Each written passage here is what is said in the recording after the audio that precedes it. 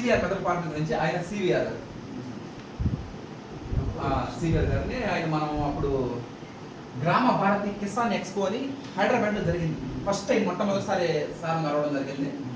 అంతకుముందే మనం CVR method farming already యూట్యూబ్లో చూడడం జరిగింది. మనం యూట్యూబ్లో ప్రకృతి వ్యవసాయం ఏ విధంగా ఎంతో చాలా మంది చేస్తూ ఉంటారు. సుభాష్ పాలేకర్ మెథడ్ అని, చౌహాన్ క్యూ అని, ఇలా రకరకాలుగా గో ఆధారిత వ్యవసాయం. వాటిల్లో నాకు ఈ సివిఆర్ మెథడ్ ఫార్మింగ్ బాగా నచ్చింది. ఎందుకంటే క్విక్ రిజల్ట్ ప్లస్ 24 గంటలు మనకు రిజల్ట్ తెలిసిపోద్ది. ఈరోజు మనం మట్టి ద్రావణం స్ప్రేయింగ్ చేసినప్పుడు రేపు మధ్యాహ్నం వరకు మనకు తెలిసిపోద్ది. ఎందుకంటే ఇన్సెక్ట్స్ దానికి లివర్ లంగ్స్ ఉండవు కాబట్టి అది తిన్నప్పుడు డైజెషన్ చనిపోతూ ఉంటుంది. అదే గ్రోతింగ్ కోసం మనం ఒడ్లు గోధుమలు 2 కిలోల ఒడ్లు 2 కిలోల గోధుమలు తీసుకొని మూట కట్టి నీళ్ళలో నానబెట్టిన తర్వాత పేస్ట్ 10 మొలక వస్తుంది. వాటిని మిక్స్ స్పేస్ చేసుకొని ద్రావణం చేసుకోవాలి మనం.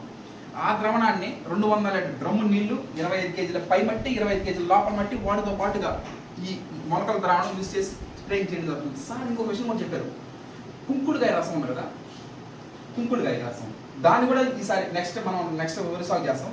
కుంకుడుకాయ రసం కూడా 7 దొరుకుతుంది.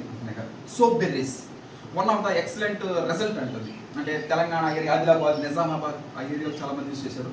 ఒక్కొక్క పిల్లక చూస్తే 70 దాకా ఉన్నాయి. ఏది గంటలు 70-80 దాకా ఆల్మోస్ట్ అసలు 30-35 యావరేజ్, అది 70 దాకా ఉంది. ఇక నెక్స్ట్ అంటే దీనికి సంబంధించి వరి నాటులో మామూలుగా మన పాత నాటు ప్రకారం వేస్తారు, బెంగాలీ మిషన్ లాగా దూరం పెట్టేస్తారు. లేదు బెంగాల్ వాళ్ళని తీసుకొని వచ్చి 1000 కిలోమీటర్ల నుంచి తీసుకొని వస్తున్నాం. అది ఏంటంటే updated version of Sri system of rice intensification updated version. అది 2 మొక్కలు నాటుతారు వాళ్ళు. ఆ 2 మొక్కలే లాస్ట్కి వచ్చేలైతే అధిక టిల్లర్స్ రావడం, పిల్లలు పెడతాయి. మెథడ్ వచ్చి సివిఆర్ మెథడ్ ఫార్మింగ్. అంటే నెలకి 30 రోజులు కదా, ప్రతి 10 రోజులకు ఒకసారి మనం స్ప్రేయింగ్ చేసుకుంటూ ఉంటాం. సివిఆర్ మెథడ్ ఫార్మింగ్ గోధుమలు రైస్ అన్ని కలిపి పౌడర్ చేసి మట్టిలో తీసేస్తున్నారంటే ఆ క్రిమి కీటకాలు దీని వాసనకి తింటాం కానీ మళ్ళీ గ్రోతింగ్ కూడా ఎక్సలెంట్గా ఉంటుంది. అంటే ఇప్పుడు మొలక చచ్చిపోతాయి.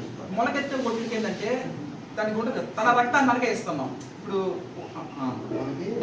ఈ వాటర్ వస్తుంది కదా, వస్తుంది. కాల వాటర్లో యూజ్ చేస్తున్నారా లేదా బోర్ వాటర్ కూడా యూజ్? మనకి ఇప్పుడు పోయినసారి సోమశిల డ్యామ్ నీళ్లు మనకు రాలా, నీళ్ళు లేక మనం వాటర్ నీళ్ళే అందించాం. నెక్స్ట్ సోమశిల డ్యామ్ నీళ్ళు వస్తాయి కదా, వాటిని కూడా మనం అందిస్తాం. ఏదైనా ఈ బోర్ వాటర్ల కన్నా ఈ సోమశిల డ్యామ్ నీళ్ళు కానీ వాన నీళ్లు కానీ ఈ సత్వ మన పొలానికి ఈ మెయిన్. అంటే మన బోర్ వాటర్కి ఎక్కువ దిగుబడి వస్తుందా లేకపోతే దీంట్లో దిగుబడి వస్తుంది? వర్షానికి కానీ ఈ సోమశిల డ్యామ్ నీళ్ళు కానీ ఈ ఎక్కువ వస్తాయి మనకి బాగా. గంగాలో తీసుకొస్తున్నారు అక్కడ నుంచి వాళ్ళకి సంబంధించిన కొన్ని మెథడ్స్ అక్కడ గంగాలో ఆ సైడ్ వాళ్ళకి ఏంటంటే అక్కడ గోదావరి ఆ సైడ్ వాళ్ళకి యూజ్ వస్తుంది. ఆ వాటర్ తోనే వాళ్ళు చేస్తారు బోర్ అక్కడ నుంచి ఇక్కడికి మనకేముంది ఇక్కడ బోర్ వాటర్ ఉంది కాబట్టి దానికి వేసేదానికి ఈ వాటర్కి ఏదైనా చెకప్ చేపించి ఏమైనా వేస్తావా లేకపోతే డైరెక్ట్గా లేదు? డైరెక్ట్గా వేసేస్తాము. మెజారిటీ ఏంటంటే వర్షం వస్తే మనకు మంచిది. ఒకవేళ అంటే వాతావరణాలు గడులు తప్పే బట్టి వానల పెద్దగా ఎప్పుడు వస్తాయి ఇప్పుడు రావడం సరిగ్గా తెలియట్లేదు కాబట్టి ఆల్రెడీ సోమశిల డ్యామ్ నీళ్ళు నీటి మట్టం కూడా నిండింది కాబట్టి సోమశిల డ్యామ్ నీళ్ళు మన పంట పొలాలకు అందించడం ద్వారా సస్యశ్యామం అవుతాయి. బోర్ మోటార్ తక్కువ సతం ఉంటుంది. ఎందుకంటే ఎన్నో 100 కిలోమీటర్ల నుంచి ప్రయాణం చేసుకోవాల్సి ఉంటాయి కాబట్టి ఆ నీళ్ళు కూడా మంచి పవర్ఫుల్. ఆ పంట వేసే ముందుగా మనము ఈ జీలకు కానీ పచ్చిరొట్టు ఎరువులు ఒక 45 రోజులు పెంచి పెద్ద చేసి కళాయి దున్నేసి ఆ తర్వాత మనం పత్తి కానీ మిరప కానీ ఏ పంట వేసినా కూడా మంచి దిగుబడి వస్తుంది. ఒకవేళ పచ్చిరొట్టు ఎరువు వేసుకోలేని పక్షంలో బాగా మధ్య పసుపు ఎరువైనా కంపల్సరీ. ఎందుకంటే సివిఆర్ మెథడ్ ఫార్మింగ్ అంతా స్ప్రేయింగ్లో మనం ఇచ్చేది, భూమికి ఏమి ఇవ్వం. అందువల్ల మనం 45 రోజుల ముందుగా పచ్చిరొట్టు ఎరువు కానీ నవధాన్యాలు PMDS pre monsoon dry sowing అంటే నవధాన్యాలు 9 రకాల మనం వేసాం. మనం ఇంకా మళ్ళీ 45 రోజుల తర్వాత కళాయి దున్నేడు. ఇది మన సివిఆర్ మెథడ్కి సంబంధించి ఒక టీం జరుగుతుంది. సో గతంలో కూడా మన కూడా దీనిదే చేస్తున్నారు. వాళ్ళు అది కూడా పెట్టారు. వాళ్ళతో ఏమన్నా కన్వర్ట్ అయ్యి వాళ్ళతో కూడా ఏదైనా చేస్తున్నారా? అది కొంతమంది వస్తూ ఉంటారు మనకి పొలం సందర్శించడానికి, రైతులు కానీ కొంతమంది వాళ్ళకి మనం చెప్పడం జరుగుతూ ఉంటుంది. ఇప్పుడు కొంతమంది వేసే వాళ్ళు వేస్తూ ఉంటారు, కొంతమంది ఇంకోటి ఉంది సుభాష్ పాలేకర్ మెథడ్ అని, కొంతమంది ఆ మార్గంలో కూడా వెళ్తున్నారు. ఆవు మూత్రం, ఆవు పేడ, ఈ కషాయాలు, దశపర్ణి కషాయాలు, అట్లాగా వాళ్ళు కూడా చేస్తారు. అంటే వాళ్ళు సపరేట్గా సుభాష్ పాలేకర్ ఒకప్పుడు జెడ్పీఎన్ఎఫ్ అని ఉంది. జెడ్పీఎన్ఎఫ్ అంటే అది కొంచెం విమర్శలు కూడా వచ్చిందండి. జెడ్పీఎన్ఎఫ్ అంటే జీరో బడ్జెట్ న్యాచురల్. అసలు జీరో ఎందుకు అవుతుంది? ఇప్పుడు ఆకులు కొయ్యాలన్నా మనిషి ఉండాలి కదా, కొయ్యాలన్నా మనిషికి జీరో ఎట్ అవుతుంది.